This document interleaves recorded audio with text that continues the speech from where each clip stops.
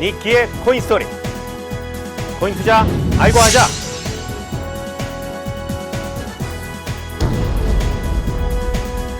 지난 시간에 불특정 다수가 사이버 공간에서 신뢰 없이 서로 거래할 수 있다는 것을 보여줬다고 했습니다. 그게 인류 최초의 암호화폐인 비트코인입니다. 이를 위해서 설계된 장부 시스템이 분산 원장 혹은 블록체인입니다. 블록체인은 과거의 개념으로 말하면 조금 특수하게 설계된 데이터베이스입니다. 비트코인 블록체인이 과거의 데이터베이스와 다른 점은 약간의 프로그램이 가능하도록 해서 다소 복잡한 거래를 가능하도록 했다는 것입니다. 오늘은 작업 증명과 지분 증명에 대해서 설명하겠습니다. 그리고 그 문제점에 대해서 설명합니다. 그 문제점을 설명하면서 자연히 다른 중요한 화폐에 대해서도 설명하게 될 것입니다. 지난번에 암호화폐에 대해서 설명할 때 인터넷에 존재하는 블록체인을 동기화하는 것은 매우 중요하고 딱 한 사람만 선택될 수 있도록 알고리즘이 설계되어 있다고 했습니다.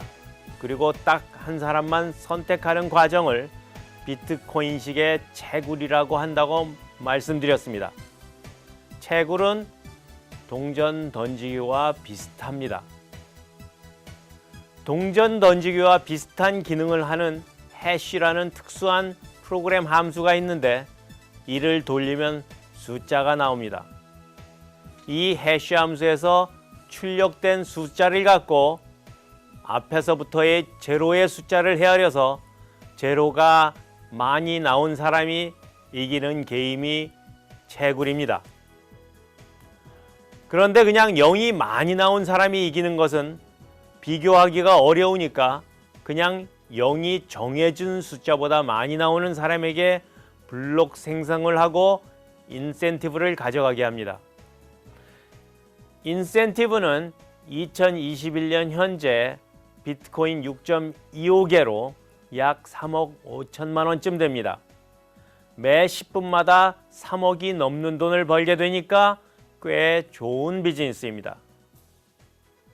이런 방식으로 한 사람만 선택하는 방식을 작업증명 방식의 채굴이라고 합니다. 보통 채굴이라는 단어를 쓸 때는 작업증명 방식을 염두에 둔 단어라고 생각하시면 됩니다.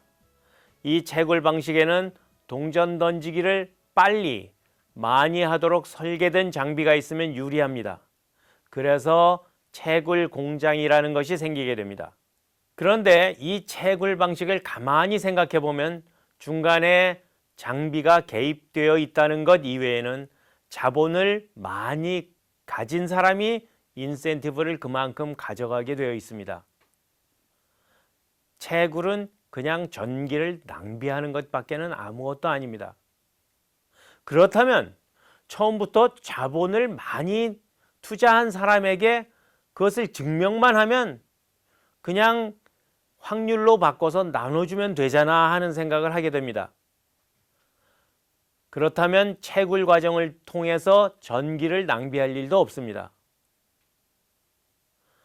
채굴 장비 많이 살 수 있는 재력을 가진 사람이 그만큼 많이 가져가니까 증명만 할 수 있으면 가져가게 하자고요. 물론 증명만 하고 다시 가져가면 안 되니까 일정 기간 묻어두게 합니다. 그렇게 해서 묻어두는 것을 지분 증명이라고 하고 묻어두는 행위를 스테이킹이라고 합니다. 이것이 지분 증명 방식입니다. 지분 증명 방식 혹은 POS는 자기 투자금을 묻어두고 그것을 증명만 하면 인센티브를 받게 합니다.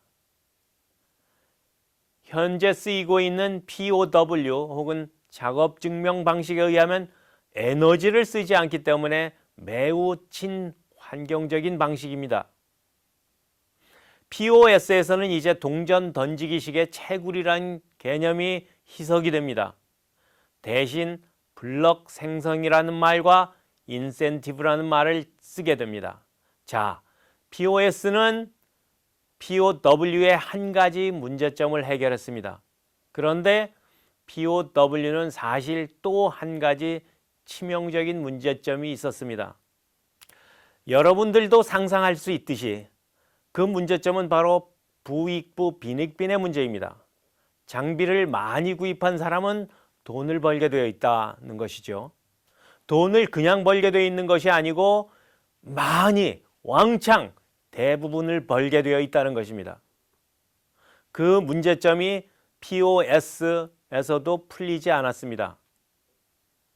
자본을 많이 묻은 사람이 돈을 많이 왕창 대부분 벌게 됩니다. 얼마나 많이 버느냐 하면은요, 이더리움 같은 경우는 부의 분배 불평등도를 측정하는 지니 계수가 0.996입니다. 1이라면 완전 불평등이고요, 0이면 완전 평등입니다. 지니 계수가 0.996이라는 숫자는 100명이서 도마도 농장에서 일을 해서 100개의 도마도를 생산했는데 한 명이 99.6개의 도마도를 가져가고 나머지 0.4개를 99명이 나누어 가졌다는 말과 같습니다. 현재 이더리움의 불평등도는 그와 같다는 말입니다. 이런 암호화폐가 온당하지 못하다고 생각하는 사람들은 암호화폐 산업 자체가 사기라고 말합니다. 특히 뉴욕 대학의 루비니 교수는 역사상 모든 사기와 스캠을 통틀어서 부모격의 사기라고 폄하하기까지 합니다. It's above 23,500, and you put out a tweet that the Bitcoin has no place in an institutional investor or retail investor's portfolio, yet we continue to see big name institutional investors kind of flood the space. Paul Tudor Jones, for example, and then you're also even Anthony Scaramucci, and then we're also seeing, the retail investors. Why does it not deserve a place in a portfolio? I mean, first of all, calling it a currency is not a currency. It's not the unit of account, it's not the means of payment, it's not a single numeraire, it's not a stable store of value. Secondly, it's not even an asset. Either an asset has both income, use, and capital. In the case of Bitcoin, there is no income. 이더리움은 정말 잘 설계된 암호화폐임에도 불구하고 지니 계수가 0.9996이라는 말은 사실상 루비니 교수가 사기라고 폄하한다고 해도 방어할 논리는 부족합니다. 따라서 이더리움을 포함한 암호화폐는 개선돼야 할 것이 많다고 해야 할 기술입니다. 이 채널은 바로 여러분들께 그러한 희망을 설명드리기 위해서 만들었습니다. 천천히 그 개선하는 희망에 대해서 알려드릴 것입니다. 요약하면 원장이라고 부르는 장부를 정리하기 위해서 블록체인을 동기화해야 되는데 사토시 나카모토가 만들어낸 작업 증명은 극단적이라고 할 정도로 전기 소모가 많아서 문제가 있었습니다. 그에 대한 해결책으로 지분 증명 방식이 제안되었는데 두 방식이 모두 그의 문제에 있어서 사기라고 공격을 받는다는 것은 치명적인 문제입니다.